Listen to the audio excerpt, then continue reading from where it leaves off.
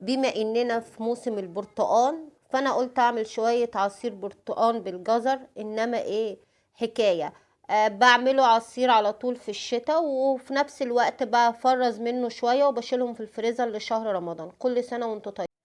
قبل ما ابتدي احب اصلي على محمد عليه افضل الصلاة والسلام. ازيكم يا حبايبي، عاملين ايه؟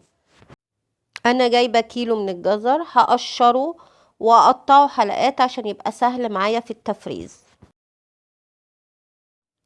كده بعد ما قطعت الكميه اللي انا عايزاها، هغسله كويس جدا واشطفه وهحطه على البوتاجاز بشويه ميه صغيرين يا دوبك على قد ما يتسلق. كده معايا 3 كيلو برتقان، هغسلهم كويس من اي طينه او ترابه واحطهم في المصفى يتصفوا. على بال الجزر ما يتسلق اكون انا قشرت البرتقال وقطعته بالشكل اللي انتوا شايفينه دوت. قشريه بالطريقه اللي انت تحبي تقشري بيها، اللي متعوده عليها. انا بقطعه حلقات زي كده، وابتدي اشيل منه البذر كويس جدا، لان البذر هو اللي بيمرر البرتقال.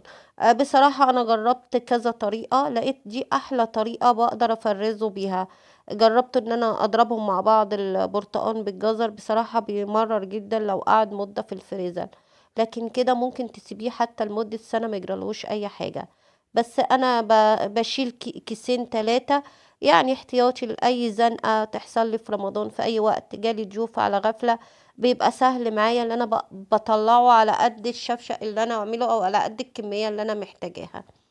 كده انا بجهز الجزر بتاعي بعد ما اتسلق كويس جدا. لازم يبقى يتسلق كويس ويتقطع معاكي بالسكينة. هبتدي ارص الكياس بتاعتي وابطط الكيس، يعني ارص البرتقال وفوقيه الجزر، وابطط الكيس عشان ما ياخدش معايا مكان من في الفريزر.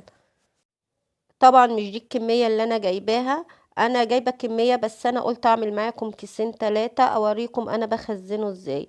حبايبي، لو اول مرة تشوفوني، دي قناتي طبلية وحصيرة الست منى. ما تنسونيش في لايك وشير واشتراك في القناة وتفعيل الجرس عشان يوصلك كل جديد، فضلا وليس امرا. هنا شوية فاضوا معايا، انا قلت بقى اعمل شوية عصير. حطيت الجزر المسلوق على البرتقال والمية والسكر، وهضربهم شوية واصفيهم واصب في الكوبايات.